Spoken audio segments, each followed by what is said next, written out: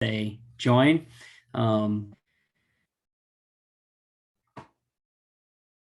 So I'd like to welcome everyone to this, I guess I'll say, special District Advisory Council meeting on March 1st of 2022 to discuss the changes to the high school master schedule. And we'll start with a board update from board member Patrica, our board liaison. Good evening, everyone. Can you hear me? Excellent. Thank you so much for being here. Special meeting. I know you're all busy and you took the time to be here. I'll be super quick. The only update I have for you beyond the information that's going to be presented to you tonight is that I'm understanding that the contract for the new superintendent, Dr. Bernier, will begin no later than May 16th. Between now and then, conditions will be put into the contract regarding a transition period. And he does continue to meet with high-level staff on a very regular basis via video telephone call. Most of those meetings are lasting anywhere from 15 minutes to 45 minutes. He's getting a sense of who staff is, where the holes are that need to be plugged. In addition, I'm seeing Dr. Savage shaking his head. I know that Dr. Savage has been in close contact with Dr. Bernier as well, filling him in and really supporting him in this transition. So that's really my quick update for this evening. You all just heard from me. I want to say it was last week, so I don't want to go on. Does anybody have any questions for me? Seeing none, I'll turn it back over to Dr. Hertz. Thank you. Well, and the next order of business that we would have is, if you recall, we deferred the approval of our minutes. It had inadvertently was missing the breakout summary. I know I've had an opportunity to look at those minutes, and that summary of the breakout is now included for everyone's review. If people have had a chance to take a look at that, I would happily entertain a motion to approve our minutes from the January 26, 2022 meeting. Scott, I motion to approve, but there is a comment that the 126 minutes need a correction that Calusa Middle School did attend. Otherwise, I'll motion to approve. All right. So there's a motion to approve in a second, and the motion states a change to the attendance of the schools that Calusa Middle School was in attendance, and it was not shown as being in attendance.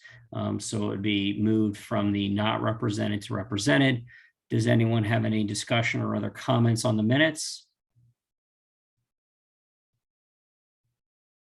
As I want to do, anyone opposed to the approval of the minutes as moved? Seeing no opposition, the minutes of January 26, 2022 are approved with the correction that Calusa Middle School was present at the meeting.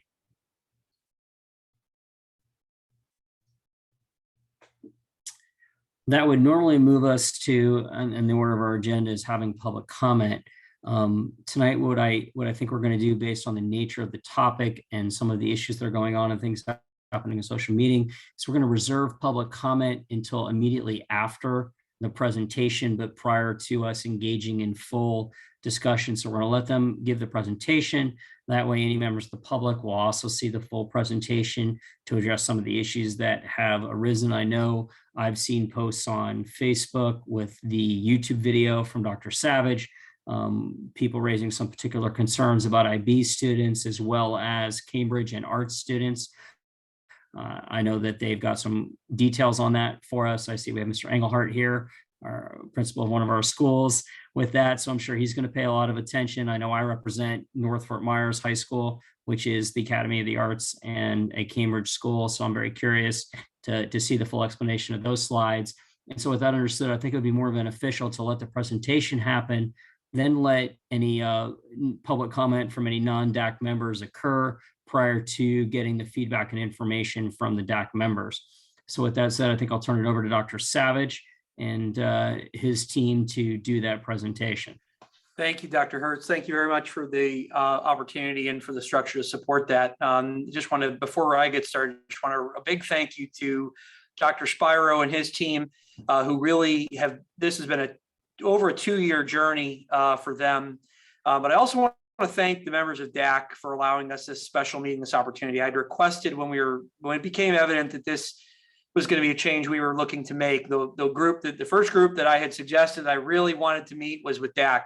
And then Dr. said, we've already had a full agenda. They're not there. They don't have a meeting. It's not going to make it in the right timing. And unfortunately, due to the nature of this work, we are in kind of a compressed time period to have to make this decision just because of budget for us, as well as for high school scheduling. The high school master schedules, they begin right around now in order to begin that work for next year. It's a very long process, but also the budgeting for our high schools for all of our district is already underway. And so there really isn't a significant time period to work with. But it was absolutely essential that we met with some advisory groups where we know the feedback will be candid, where it is from a role standpoint, you're going to be dealing a great cross-section of parents, teachers, school administrators, everyone that we would really want to make sure we're hearing from. DAC gives us the best way to do that. And so we really wanted to bring it to you. So thank you to you as a collective body for being willing to set aside time for this opportunity. I'm just going to jump right into it now. Dr. Spiro, is Candace going to have the slides and whatnot for all that to make sure? She does, and I believe she just needs to be made a co-host, Ms. Grimm, if she hasn't done so already. There we go. So she is up. Thank you. Wonderful. So while this initial piece is just kind of getting situated, this was a very, I'm going to try to be brief and essentially just kick this off. This decision was to switch from our current 4x4 block schedule, which we've been in for quite some time, to a 7-period day, which we actually used to have here in Lee County. It is the prior schedule that the high schools ran on prior to moving to the 4x4 block. It's very important to denote the history here, though. Originally, when we moved from the 7-period day to the 4x4 block, Dr. Browder was our superintendent at the time. This was really largely billed as an educational thing, deepen the learning, allow students more time, so the smaller periods really have a longer block of instruction. But the reality, a huge part of the move was actually done, ironically, to save in teacher units. It was done from a fiscal standpoint and a staffing standpoint. So the original conception of the 4x4 block that was implemented in Lee County was having high school teachers teach 7 of 8 blocks. They taught 4 one day and 3 another, or 3 one day and 4 another. So they'd get their planning period every other day. And by getting 7 periods of instruction out of an 8 period, that was an opportunity that's how it ran initially. Well, over the years of running that, it became evident that the teachers, it was a very difficult load for teachers to teach. They would only get their 25-minute lunch break and then whatever time they had before after school. And so over those years, they then switched to what became a 6 of 8 model, which incidentally makes it extremely costly, and you completely lose any of the savings in terms of staffing that you would have gained in that 7 of 8 by going now to a 6 of 8. You've actually made it more challenging than you had out of the 6 of 7. So here we are today. And why are we here today? And that's really the big why that I wanted to make sure I kick off. And there will be more information coming through the presentation. But the big why is that 2 years ago, we were looking to do this move. And the main reason at that time was because we did an analysis that really yielded that our high schools as a collective group, compared to the rest of the state, were actually performing substantially below other high schools. Now, there's some variance within that group, but it was a full standard deviation below performance, which that is a pretty big deal for us. And Dr. Spiro, and his team immediately looked into that matter to figure out why exactly are we seeing this. And one of the conclusions they came to was that we had a shorter student day in our high schools. And that's, of course, not the only issue, but that is something that was startling to them, as well as the method of scheduling that we employed when they studied across the state. They found, in addition to having a longer day, that other schedules performed stronger than what we were seeing with our short day and our block schedule. Now, I don't want to say that this move is a magic bullet, that it's going to answer all questions. There are certainly drawbacks, pros and cons to this method that you'll hear about. The biggest negative about it, I would say, is that our students are losing during their regular day a course. instead of having 8 for each day and having 1, they are now going down to 7. So that is a big loss for our students. That's reducing 1 during the day option that they typically have, whether it's for a really high quality elective, whether it's for an advanced program, and that's a big sacrifice. What they are gaining on the other end in this trade-off of sacrificing breadth for depth is they're getting more time, about the equivalent of 15 additional days of instruction for each of those courses that they do have. And this is such a broadly used schedule across the whole state that it is very, very common for advanced programs and otherwise. So there are many workarounds.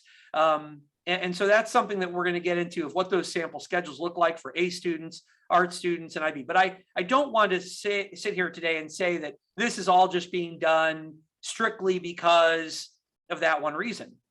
That was enough before. I think the additional option that I think has made it more compelling and more timely is that we are in the midst of a national teacher shortage, substantial shortage nationally in education, and that doesn't appear to be abating anytime soon. So one of the concerns we have is that here in Lee County, as of recently, 131 teacher vacancies. Well, by simply shifting the schedule from a 4x4 to a 7-period day in the high school, we would eliminate 140 positions that are needed in that schedule. Now, that does not mean we'd be laying off teachers. This is just where we are right now with the 131. We anticipate far more vacancies as we move into the summer, as we do every year. And so this gives us a tremendous amount of ability to not be adding to that. Because if you really think about it, by running the schedule we currently run, we not only create an additional demand beyond what so many high school schedules are in the state of needing 140 additional teachers. By correcting that, you're eliminating that. The other thing you're doing is freeing up estimated about $10 million that we currently have to fund to run this expensive schedule, which incidentally is not equitable across all levels. So the elementary and middle schedules are not nearly as expensive. This is the most expensive schedule we run, both in staffing and in a dollar value. So that's pretty important at a time where we're always looking to try to pay our teachers more. We're always trying to pay our paraprofessionals and substitutes and bus drivers and all these things. And you're looking for recurring dollars in order to do that type of work. But the bigger issue for us is that staffing issue. And then when you add on top of it 2 years of substantial loss of learning for our students, the most absenteeism we've had in our entire systems, all in the high school, record absenteeism at that level.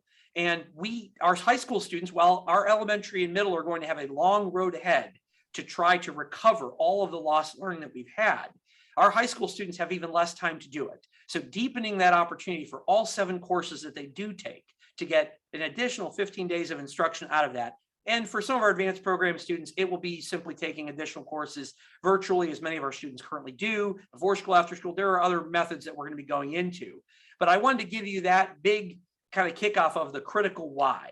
And so the numbers I want you to think about are, of course, the 2 years of lost learning that are so substantial for our students, the opportunity to recover that, but then also 140 teacher vacancies just eliminated in that schedule alone shift, and the $10 million that fiscally we are currently paying for this extremely inefficient and really educationally ineffective schedule in terms of the student learning results that we were achieving prior to the pandemic. So those are the big whys on that standpoint. I don't want to take any more time. I want to make sure I can hand things over to Dr. Spiro and team to present what's left. So Dr. Spiro, please take it away. Thank you very much, Dr. Savage. And with us tonight, who's going to be helping with the presentation, we have Mr. Clayton Simmons, who will be here this evening, and Mr. Simmons is the Executive Directors over high schools. He'll be sharing with us a little tonight about what does it mean for the students, what does it mean for our teachers. And then Ms. Candace Alaveda here, and she's the Director of Secondary Curriculum and Instruction, and she is going to walk through the impact for IB students, Cambridge Ace students, students involved in the arts, students involved in the academies, dual enrollment students. So we're going to be able to talk about each one of those components. And then we have Mr. Rob Dodig here. Rob Dodig is our Executive Director for Human Resources, and he's here. And he's here just to answer any questions that will come up that perhaps impact the world of human resources. So I just want to reiterate the why with Dr. Savage shared with you. We are shifting to a 7-period day for next year. So this is not something that we're implementing right now. This is for the 22-23 school year, really for 2 primary reasons. One, as a mitigation towards the national teacher shortage that we are experiencing here greatly in Lee County. If you're a parent, you've heard your students come home talk about how they've had to have other teachers cover classrooms, the substitutes, maybe they've doubled up in classrooms. And so this is one strategy to help mitigate that teacher shortage that Dr. Savage talked about. And he talked about approximately somewhere around 140 teachers that this would save. Additionally, I would tell you from the academic services point of view, the missed learning that has occurred over the last 2 years because of COVID is great.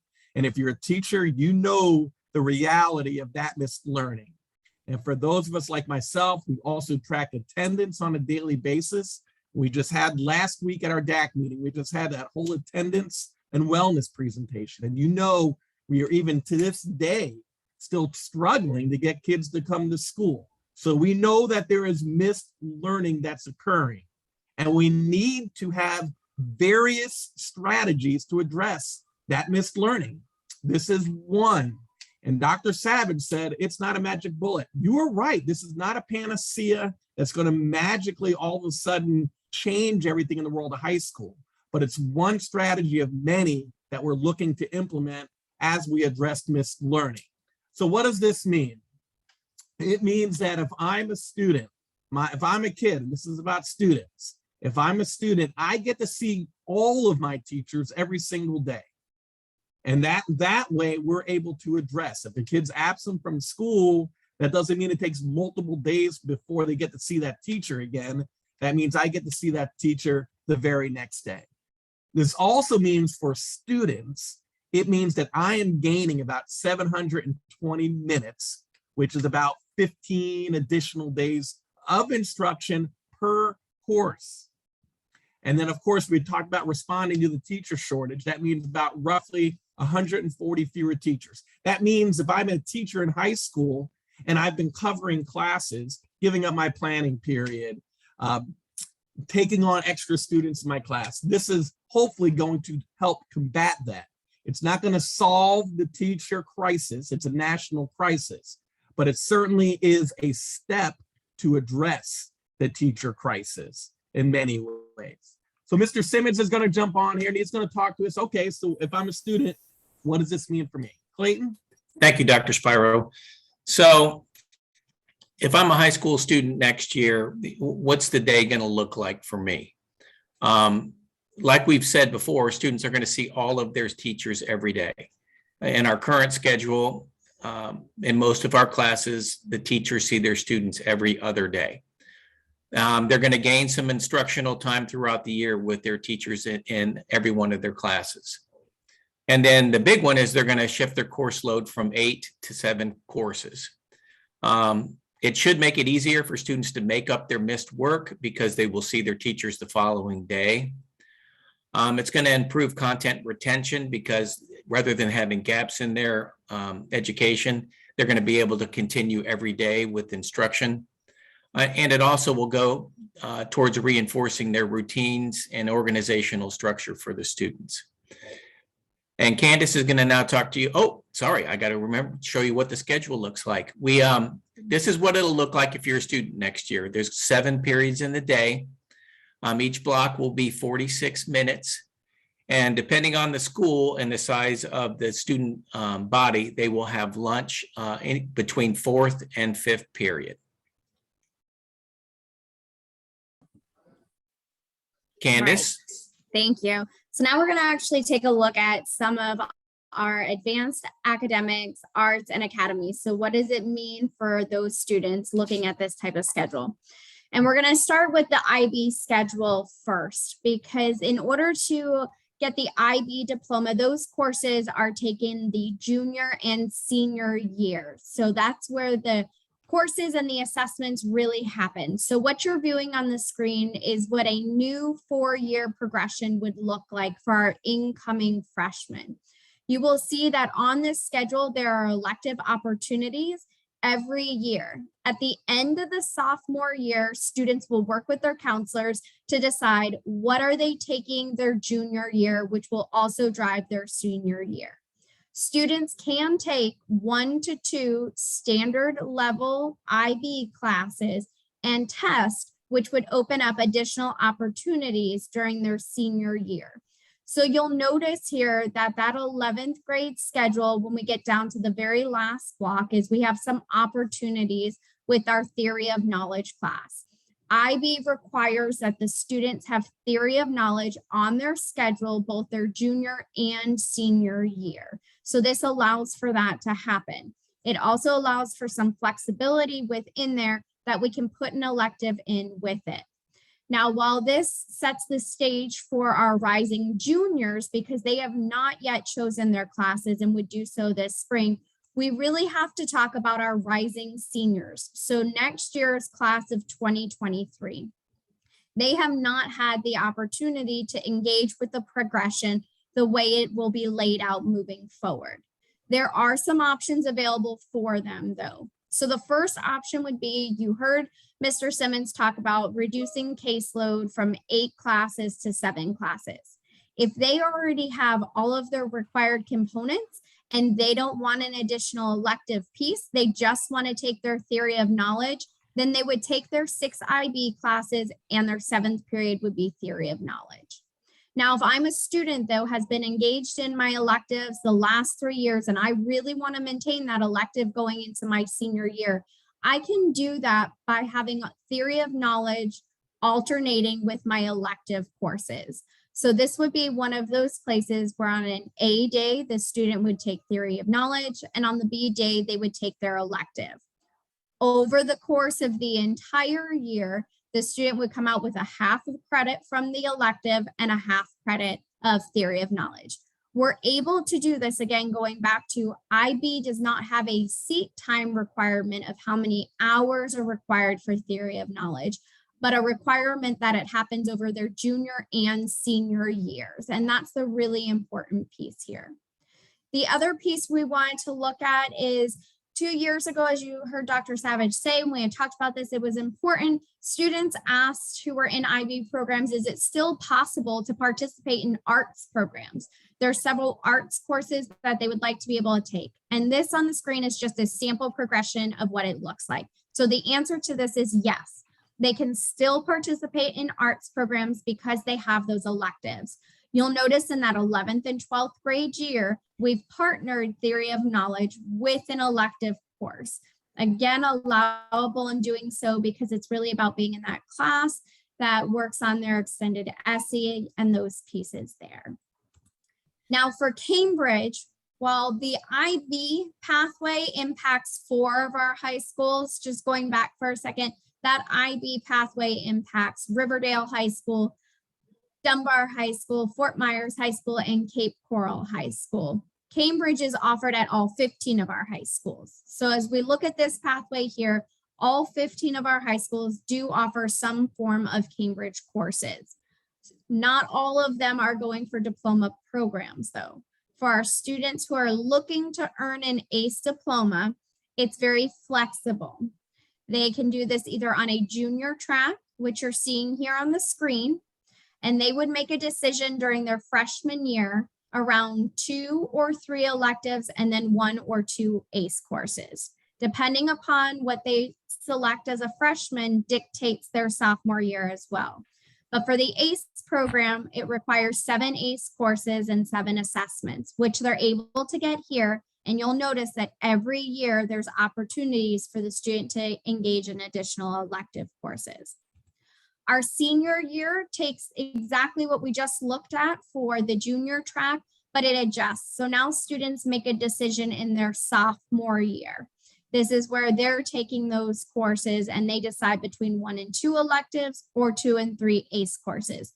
Again, what the decision is made in their sophomore year helps set them on a trajectory for the next 2 years. So earning an ACE diploma is very flexible on the 7 period. Now, looking at 2 of our high schools that have full Cambridge programs and full arts diploma pathways, can those students still get both diploma programs? And again, the answer is yes. Because of the flexibility within the Cambridge program, we have more elective options. So on the screen is just a sample of a dance major, somebody who is looking to come out with that dance arts diploma and a Cambridge diploma. They are able to fit in their 9 dance courses over the course of 4 years while still maintaining their ACE classes. It is a much tighter schedule. Their classes are more laid out and scripted for them. But again, the answer to this question is yes. Now, when we're thinking about all of the other programs and opportunities that we have in Lee County, one of them being our academies. We're very fortunate to have over 50 academy programs running. We will still be able to offer those programs. Scheduling for those will be unique to each individual high school and the programs in which they offer. Some of those courses may have to be scheduled back to back to allow for the off-campus time that the students need to engage in the work. But that's going to be handled at each and every high school. So the director over the career and technical colleges is already committed to working with our high schools to set that pathway for them.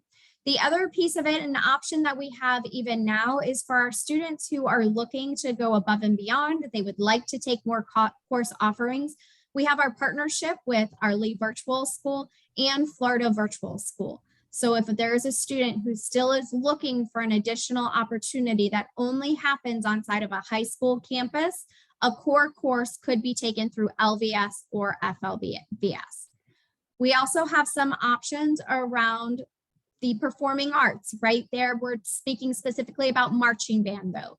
Students that's an after school activity can participate in without having to have the course inside their schedule. And then as we think about dual enrollment, because we have a lot of students engage in that, dual enrollment is flexible regardless of the schedule that we're running. So that's kind of an overview of what each of those would look like for our programs. And I'm going to turn it back over to Mr. Simmons. Thank you, Candace. So teachers, what will this look like for you next year in high school? You're going to be able to see all of your students every day. You will have an increased instructional time with them. The 7-period day supports continuity of the curriculum and instruction. It's going to support the daily routine of the students. If a student misses your class, you'll be able to see them the very next day. The contract hours will not change, and the teacher class size will not change. You will have the same number of students rather than being spread out over 2 days. You will just see them every day. And what will the schedule look like if for the teachers next year? This is a sample schedule. I need to say that the TAL contract does allow for some variation in the start and end time for schools, working with the administration and the teachers. This is a sample starting at 6:35. There would be 30 minutes of non-instructional time before school, 46-minute blocks or periods, and then there would be a 46-minute planning period, and then 30 minutes of non-instructional time after school. We do realize that this impacts planning at a high school level. However, it still does comply with the TALC contract, and it does put the high schools more in line with what we currently are seeing at elementary and middle school with regards to planning time. And Dr. Spiro is going to talk to you a little bit about the communication. Sure. Thank you very much, Candace. Thank you very much, Clayton. And I know there are a couple of questions in the chat box. We'll do our best to get to some of those questions. If we can't get them in the chat box, we certainly will answer them, whole group here, once we get to the end. So what's our timeline look like? And so there has been some work prior to tonight's special DAC meeting. The superintendent has worked with each individual board member. And I mentioned earlier, human resources. Mr. Dodig is on this call because this is a joint venture between academic services and human resources. And so there's been early conversations with that. Our teacher union is aware of what is happening, as well as our principals and our assistant principals for curriculum. Yesterday afternoon, for those teachers that are on this call, you know that you were sent a video outlining exactly what we're talking here tonight. It's the same presentation that you got in the video. So our teachers were aware yesterday that was happening. And this evening around 5 o'clock, a video was sent to 8th graders and above regarding, these are all families, regarding the change to the high school schedule. We've also launched today a web page, and that web page will have this presentation. It will have a copy of last night's curriculum advisory meeting on there, and we'll also have this district advisory meeting on there as well. And then there will be a live running of frequently asked questions. Where are we getting those questions from? Well, we are getting those questions from that email address that you see below. That email address is highschoolschedule@leeschools.net. And those are where questions can be sent. And then we have a team of individuals that are working on answering those questions. And as we see themes in questions, we're going to add that to that web page for the frequently asked questions section. So I mentioned to you, last night we did curriculum advisory. Tonight's our special DAC advisory meeting. And then next week's a big week as well. We're going to do additional messaging to our parents. So we're going to look at some of these questions and we're going to send out additional information to our parents so that they're aware. We are going to be having a student-friendly video. So we're going to do a video just for students. We're going to be using student-friendly language so that we can explain to them, in addition to the one they saw with their family tonight, more of a student-centered video explaining the shift to the 7-period day. We'll also do a couple webinars that allow for additional questions and answers. And then we are going to have Tuesday, we are having a school board briefing where we will do this presentation to our school board and then also share during that presentation some of the themes that we're hearing in questions and concerns. Our school board student advisory will get this information on March 16th. And then as Dr. Savage began this conversation about, there's a timely concern with this because our assistant principals have to build this master schedule, and they have to build this master schedule, and then we have to know what courses are available so that we could do course registration for our rising 8th graders, as well as our 9th, 10th, and 11th graders sitting inside of our schools as well, because those registrations then also dictate the teachers that are needed inside of each building. And again, the address is right there. It is highschoolschedule@leeschools.net. So that's the end of the formal presentation. And I know the team has been trying to answer some questions in the chat box, but Mr. Hertz, might be easy if we allow people to unmute their mic, perhaps, sir, and then just be able to ask their questions. Dr. Sparrow, before we do that, I'd like to actually open it up to public comment from any non-DAC members at this time on this particular topic, if we have any. Sure, so there'll be non-DAC members, public comment, and then after that, DAC members a chance for their questions.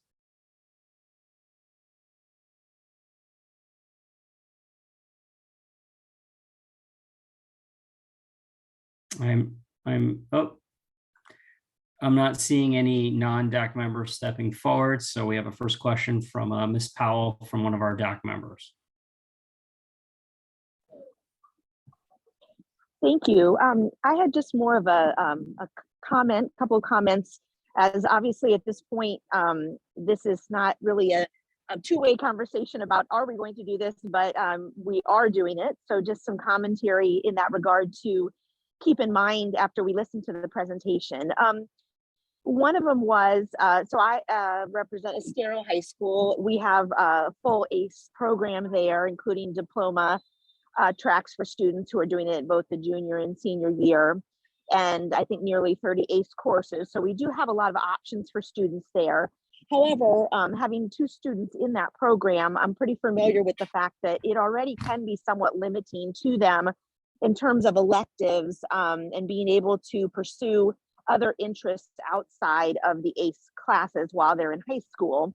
So I just want to say that when we look at that schedule that's in the presentation, for example, I think we have to keep in mind that many ACE classes, as well as many elective classes, are only offered a couple of periods in the day. And this would be with the old version or the new version of the schedule. But what that means is when you take another one of those away, It's not just as simple as, well, you can, take math first period, science second period, and et cetera, et cetera. So we just, I think, have to acknowledge that there are some serious limitations that still do occur, especially for a student who does want to pursue some of those electives outside of ACE. And obviously that's something that'll be addressed somewhat at an individual school level. But I just think we need to acknowledge that and not kind of gloss over the fact that there's some significant limitations there that will be happening for students. Also for students who are not in an ACE program, who are, for example, the ones that are in the high school level at 9th and 10th grade and have to take intensive reading, already have limited elective options like their 9th and 10th grade year because of that. This will limit them further as well. So we'll have to keep some awareness of how we're, helping them with that. And then along the same vein, for some of those students who are more challenged academically, it does present, as you mentioned at the beginning of the presentation, with that one less course a day at the high school level, that also means one less opportunity for credit. So for those students who need a certain amount to graduate and are not the students that are just getting as many as they need, no problem, that becomes an issue for the schools also. And I know that they're already really struggling to support and try to help some of those students graduate. So I just think those are some things to bring up that the administration and the teachers at the individual schools will really have to work to try to mitigate some of those things. Yeah. Thank you.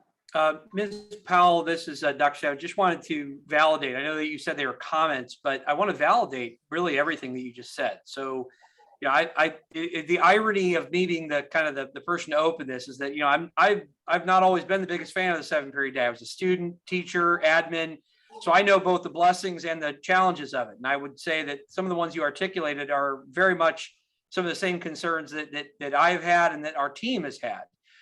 However, just to kind of speak to that, it is definitely a trade-off. And it is true, something we haven't really discussed a lot is in the master schedule build, it does become a challenge. It's very essential that as they build the singleton courses or courses that are very high demand and are available to cross, especially when you have teachers who teach multiple grade levels of that piece, it can be a real challenge. So that is a very valid concern. And I just wanted to echo that. Certainly that is not to be swept under the rug at all. I think something we didn't mention though, on the other side is one of the pieces of data that we looked at in this was that there are also a significant number of high school students that as they move up or in the grade levels, that they often have extra courses that they've had to just be pushed into. So we had students with multiple sections of art, PE, or off-campus credits as well. So both are true. This will certainly impact students who are in that tough situation. The other piece that I did bring up, we did not talk about today, but was definitely part of our deliberations, was the credit retrieval side of this. This is a real concern that we have is, while we've had a lot of absenteeism, we've had a lot of course failure. One of my biggest concerns in going through this process was related to that very topic. And so that is also extremely significant to me, is that some of our students who've proven they are not strong in the online learning domain are some of the very same students that are now failing a significant number of courses that they will have less opportunity to make up in a live in-person section. So that is a very valid and very important point that you spoke to. So thank you for honoring those pieces. So thank you very much. Thank you.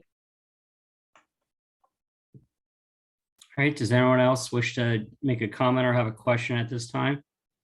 I think Mr. Wolbert has his hand up. Yes, thank you. So I think I heard correctly at the beginning of the presentation that basically the kids are going to be giving up one course, could possibly be an elective or something like that. To my understanding, most students going in, into their senior year already have achieved most of the credits required for graduation.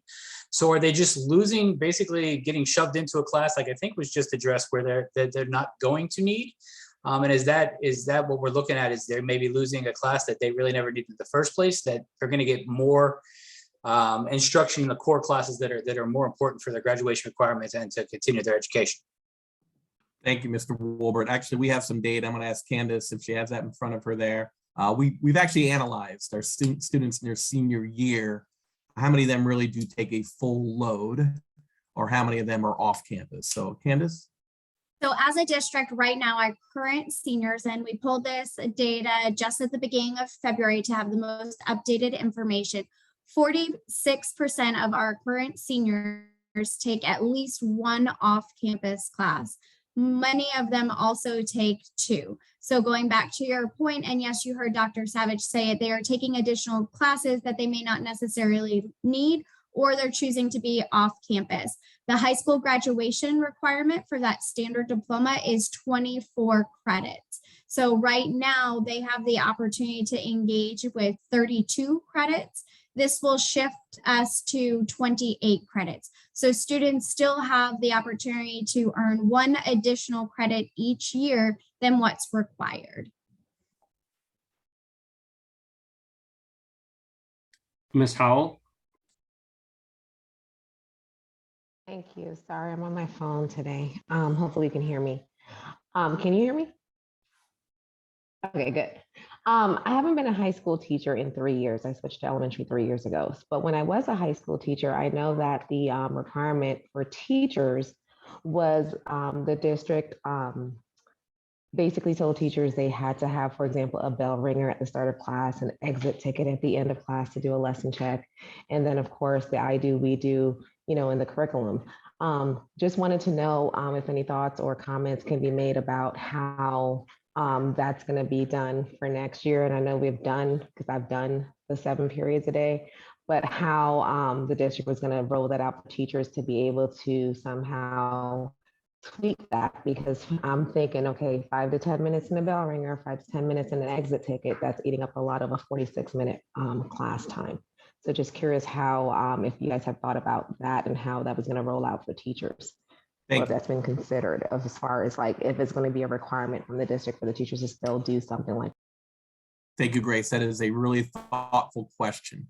And so one of the pieces of conversations we have all the time is, the time you have with students needs to be very strategic. Even now on a block schedule, you have a finite period of time with students, and what you choose to do as a teacher is crucial. While kids are in front of you, is crucially important. So if you have a bell ringer to re-engage students about the content they had yesterday, to kind of spark their thoughts or to re-engage them in activity, that should be an extension of that lesson. So it should be something meaningful. So not something where you feel like you're wasting time. Certainly we all know as teachers during that bell ringer is also when you're taking attendance and you're checking in with kids, there are a lot of processes and procedures that occur during that time. Then at the end of the lesson, that exit slip you talk about, it's your measure, right? So it's your, did the kids know and understand what I asked them to do for that class and for that period? It's your piece of information so that you can go back and adjust your instruction for the very next day now to say, well, do I need to do something different with them so that they can retain that content? So I think that, I say that to say, I think that the lesson planning component and being really strategic with the amount of time you're going to spend with each activity as you create that agenda, yes, it's going to be more crucial now than ever. But I wouldn't see both of those individual activities as something that is just a compliance piece, but rather an extension of the lesson planning that you do. And I know that Candace will continue to work with the assistant principals for curriculum, Clayton, certainly with the principals on what does that look like when we roll into next year. I've talked to our curriculum team about, we're offering, some voluntary PD this summer through our summer series, professional learning. And one of the pieces we've asked them to add to that is teaching in a 7-period day. So we can have some professional development this summer in June and July to help our teachers engage in some learning for them so they can fill their toolkit as well. I hope that gives a little questions. I don't know if Candace or Clayton wants to add on to that. Yeah, Dr. Spiro, I would just love to add to it as well. One of the pieces that we're really looking forward to getting back to is our curriculum teacher workforces as well. Due to COVID, we haven't had that happen the last 2 years, but that was always a great time of pulling teachers in together as experts and reevaluating curriculum maps, instructional guides, what does it look like? And this is a perfect time as we're making the transition to our best ELA standards and our best mathematics standards to make sure that voices are heard while we're beginning to make that transition and then also into those training pieces. One of the other parts is by having those 46 minutes, and Dr. Spiro said all about what we're doing with that time. all of the brain research says to us that our students really need a shift every 15 to 20 minutes. And this is actually going to, whether they're cognitively doing it or not, when we stop at 46 minutes, stop, give their brain a break to actually be able to process and digest what they just took in as well. So just reiterating some of those pieces, but really appreciate the feedback as we continue to build on that as well. All right, Ms. Rathburn. I just wondered what the effect is on the dual enrollment children for dual enrollment to the colleges, and for those that are leaving early for jobs, will that affect them as well? So we'll still be able to offer all of those OJT opportunities and the dual enrollment opportunities. Some of those classes are during the high school hours, some are above and beyond, but all of those will still be included. It's very flexible. Dual enrollment's a great piece because it means our students have already met their requirements, so it's flexible there. So once they have those courses, we can still do dual enrollment opportunities for them. And for any student who would like that opportunity sooner in their high school career, going into junior, they're able to take LVS courses as well. So we will still have those opportunities available for them. And I apologize if I pronounced this wrong, but Miss Espak? You need to unmute yourself. Hi, my question is, on the current schedule, how many minutes a day do students have, or I guess 2 days for their classes? Right now, they're in an alternating 84-minute block. So they have 84 minutes with their teacher every other day. So on the year, they gain an additional 720 minutes with a teacher. So they get to see, I'm going to use English for a second because English is an opportunity that we're constantly looking at for high school. This will give a student 15 additional interactions with their ELA teacher. That's going to hold true for any of the classes that they're on an alternating schedule for. Okay, thank you. My question is, what about non-instructional time, though? Dr. Spiral referenced it when he was answering Ms. Howell's question about the bell ringer and about the check work at the end. But teachers take attendance. You have classes like in the art school, like dance is the example given, where students have to warm up. They come into class, they change, they have to warm up. Theater, they warm up. My child's in choir and musical theater. They do vocal exercises and warming up exercises and things to do to get into position. She raised the concern when she heard about this, that there's just not enough time to get everything done. By the time the teacher takes attendance to get ready to start, she feels like the teacher's going to say one or two things and it's time to change back out of your stuff and get ready to go to your next class. And I put the question in the chat, the same thing for the science classes. Biology, chemistry, classes with labs and experiments. You know, I know we looked at this before, 46 minutes, you take attendance, you know, and then you tell everybody to get their stuff together at the end, there's 10 minutes gone. So you got 36 minutes. I mean, I see your point about the overall total minutes, but how many of those minutes, and I appreciate Dr. Sparrow's comment about being strategic, but how many actual instructional minutes are you picking up? And what are the downsides of the shorter periods? I recognize shorter attention spans, but I'd rather work on something for 84 minutes than 46 minutes in my profession. I'm going to get a whole lot more done in one 84-minute session than I am in two 46-minute sessions day after day. And I'm curious what those effects are and how that's going to be mitigated. Yeah, Dr. Hertz, I'm happy to just, again, I want to validate, these are genuine problems, genuine issues, setting up for labs, taking down for labs, getting dressed in and out for physical education. These are concern issues with the set-period day. They are not, there is not a magic answer to that other than to say they are challenges with this piece. And there is it's very appropriate even to say that when students are getting 7 individual experiences throughout the day, what is the quality, what is the premium quality you're really getting with each of those pieces?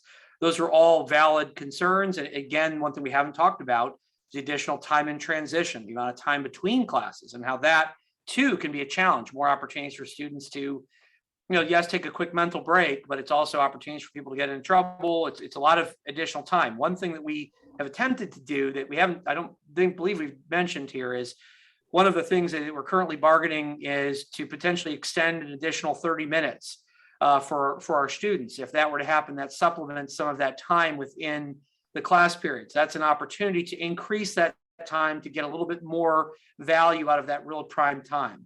Something else we didn't mention was part of what we also consider other innovative schedule models.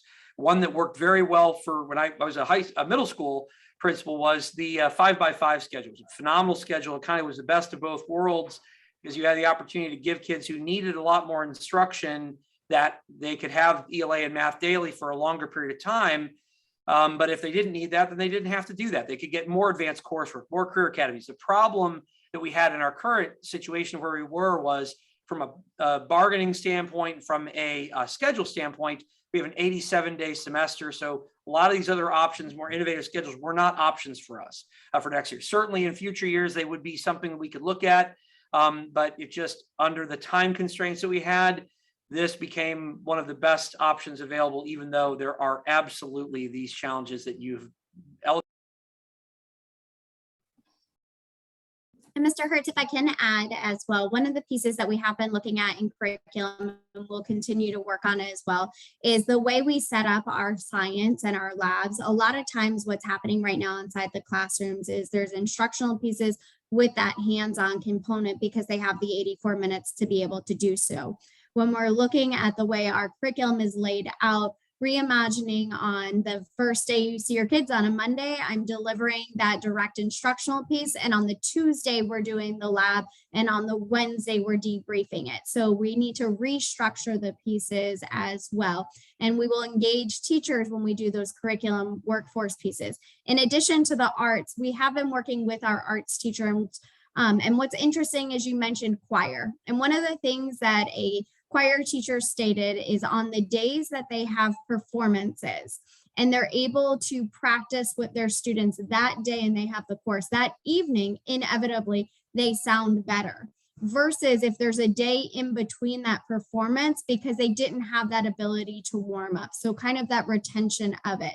But it does not come without, I don't want to misconstrue, there are going to be things we have to work through and reshifts as we look at how we deliver that curriculum, but they are conversations we are engaging with as well. And some of the feedback we have provided where they're excited to have students every single day to build that continuity and those relationships with them. And hopefully they're retaining a little bit more of the information because unfortunately, when they leave us at the end of those 6.5 hours, maybe we hope that they're picking up their musical instrument, doing some of those extra math problems, reading a book, but we can't always have control because we're not there with them, where the next day they're forced to see me as the math teacher again, and we're going to re-practice that skill and we're going to continue it every single day. So it's going to come with those ebbs and flows, but hopefully in the long run, building that continuity over time with them to engage with the curriculum, we're going to see it mitigate that learning loss that we have and hopefully not have the failures in which we have.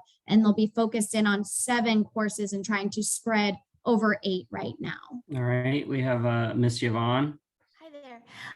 Two things. One, and maybe I missed it in your presentation, I apologize. At what point did we go into the 4x4? Was it 7x7 then into 4x4, or has it been traditionally in Lee County 4x4 for like a very long time? Does that make sense? Yeah. Yes, it sure does. And it was, we used to actually have a 7-period day, and then we made the switch into the 4x4. That was that recently? Like no, that was quite a while ago. It was when Dr. Browder was our superintendent. Just for an estimate, is that like about 10 years? I don't know when he was superintendent. I'm sorry. I don't know that gentleman. I don't know when he was the superintendent. Was that about 10 years ago, or, you know, give or take? Does anybody know? 14 years. Is that what Lewis is signaling? I believe that sounds about right. 14 years. So it sounds like we're ago. kind of stuck into this 4x4 for a good 14 years. So it's going to be a big shift to go back into what was the 7x7. I'm a product of 7x7. And when I was in high school back in the 80s, we had 7 courses and we just clipped right on through. And I don't know how it's going to be too terribly different than what, that I experienced, but I'm sure I know things change. And so I was trying to get a handle on that. And next, I was just really quickly thinking about flipped instruction. So when we're looking at how we can make the most out of the little bit of time that we have, perhaps as our high school instructors might consider, if they don't already do, like giving little assignments to to work on prior to lessons. So that could make the most of the lesson the next day. If they already sort of have something to grapple with the night before, they can walk into class and be ready to rock and roll instead of sitting down and trying to warm up and get going, and then our time's gone. So it's that idea of making use of their time in and out of class, if that's possible. But that's all I have to say. Thank you. Thank you. Mr. Lillard?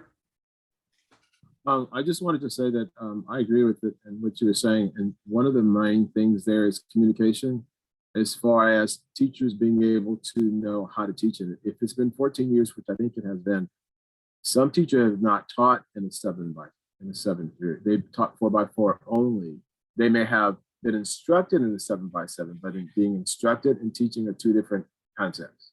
So it would be a good idea, and I'm just a support teacher that's trying to get into what I don't know how to do.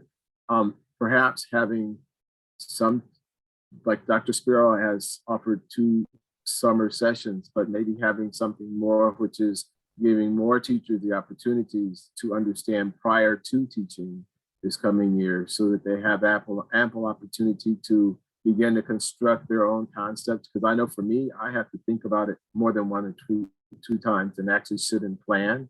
So if I have an opportunity to sit during a session and actually be taught in a 7x7, I think how we did 4x4, we were actually taught how to do 4x4, even though some of us had taught it before. But the good idea is, in my opinion, is to have maybe the district come up with something where each subject area goes back and uses the 7 period day as their means of instructing themselves. So you might want to go back to, and that's just me, go back to where you have your subject areas and having their 1 or 2 days where they have the in-services and they work with themselves to learn. We used to do that before. Now, I thought it was great, but I think we had to get away from it for various reasons, going back to the schools. But maybe this is an opportunity where those subject areas, and it gives also the leadership skills to some of those subject area content people to have some of those buttons checked, or the boxes checked that they need in order to be leaders. So that's just something to think about there, but I just wanted to suggest that. And the other part, my other thought is with world languages, which is my profession, which I do.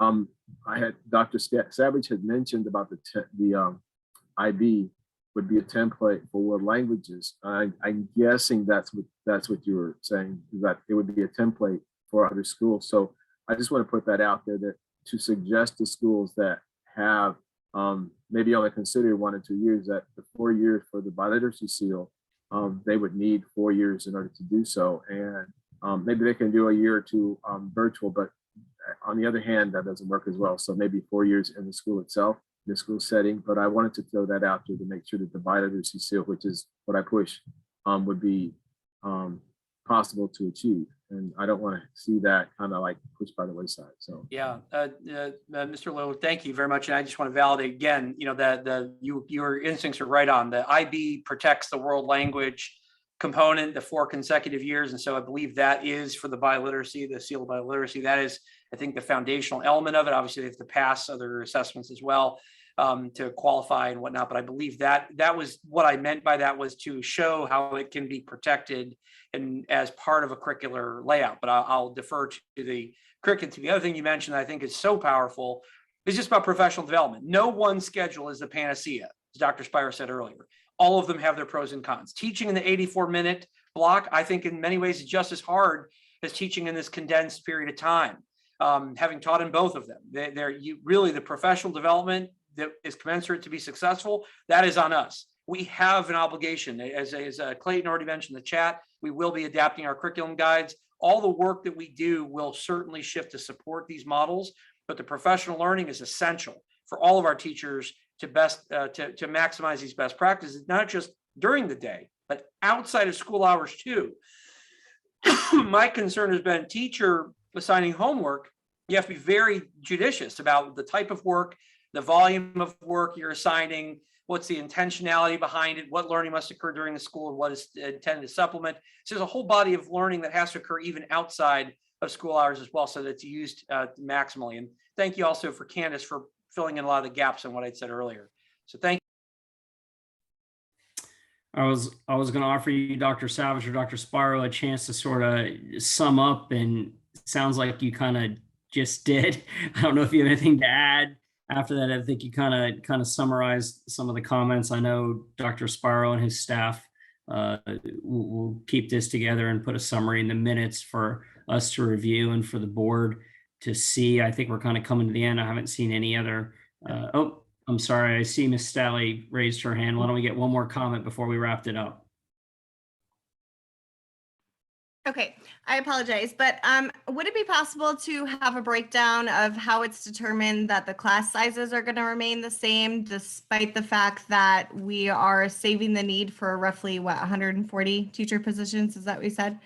So I'm just wondering, when one says that we can, maintain normal class sizes, are we talking about the ones that are out of state compliance in size, or can we expect realistic class sizes? Because I'm having a hard time visualizing what this looks like. Yeah, that's a fair question, Ms. Staley. So the first piece of it, mathematically, the main way we're able to maintain the current class size on this scheduling method is simply because we're removing the one extra course for the student. So you're in a student day and a student load comparing 2 days of 4 different interactions to 1 day with 7 interactions, just reduces the overall need. That's where the savings is coming in, both from the positional savings with 140 staff positions and the dollars aligned with that. In terms of the class sizes, it's a very fair comment to make that, currently, in order for us to meet our needs, one of the things we have done, a concession we've done, is be willing to schedule over that state penalty to give us a little bit of flexibility,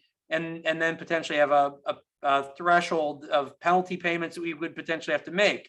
Thus far, we've not had to do that, but it was the choice between having a class that's full of students and no teacher, or a slightly larger class and a teacher. But again, that is something that we continue to do to try to lower that class size to get within, not just in state compliance, but just to make it the best teaching conditions possible. Right now, theoretically, teachers have 6 of 8, planning every day. How many teachers truly have their planning every day? Many of them don't. They have to pick up additional sections because we simply don't have the teachers. So that's part of the rationale in this move. While certainly we want to increase our student time, saving 140 positions is such a huge opportunity for us to positively impact. And I would just say, by contrast, the high school schedule right now, doing what we do, creates this very problem for us, because many districts throughout the state already do a 7-period day, and they do it precisely for this reason. They're already doing it. They're financially, staffing wise. And so I talked to a superintendent today, said she had to move years ago away because they couldn't afford it. They had to choose between athletics and the 4 and the 6 out of 8 to give teachers planning every day. So this is a very real concession. It's just right now it's a tough balancing act. So thank you for that comment, and thank you very much. All right, it looks like that's all the comments we have on tonight's topic. I'll offer an opportunity for anyone who has comments in general for the good of the order at this time. Mr. Hurts, I just want to say I do appreciate everybody tonight for taking time for the special meeting. Yes, there are challenges with this schedule, and so the questions and the comments are extremely helpful to us. So please make sure that you use the high school schedule at leeschools.net. Candace or Clayton, please drop that into the chat box again, because we want these questions to bubble up so that we can make sure that maybe it's something we hadn't thought of. We need to make sure we work on an answer, because the reality of it is yes, this is going to be different for everybody involved. And so there are a lot of moving pieces, and professional development is certainly one of those as well, not only for our teachers, but also for our administrators inside of our schools as well, because it does change what happens inside of the building, because now there's a lot more movement inside of a high school also. So those were all the realities of it. So I, as always, thankful for this DAC family, because you've always are very real, and that's literally what we need. We need realness. So thank you for doing that very much. All right, seeing no other comments, I will happily entertain a motion to adjourn at this time. I'll motion to adjourn. Do I have a second? That was Mr. Walbert with the Second. motion. Ms. Staley, sorry, S-T-A-L-E-Y with the motion with the second. All those opposed? All right, we'll see everybody at the March 30th DAC meeting updates. And to Melissa Gardner, the answer is yes. The real quick, the map for registering was chosen. The school board voted to stick with the same map that is being used by the Lee County Commissioners. So the school board district members match the county commissioners districts. With that said, everyone have a great night, and we will see you March 30th. Take care. Thank you.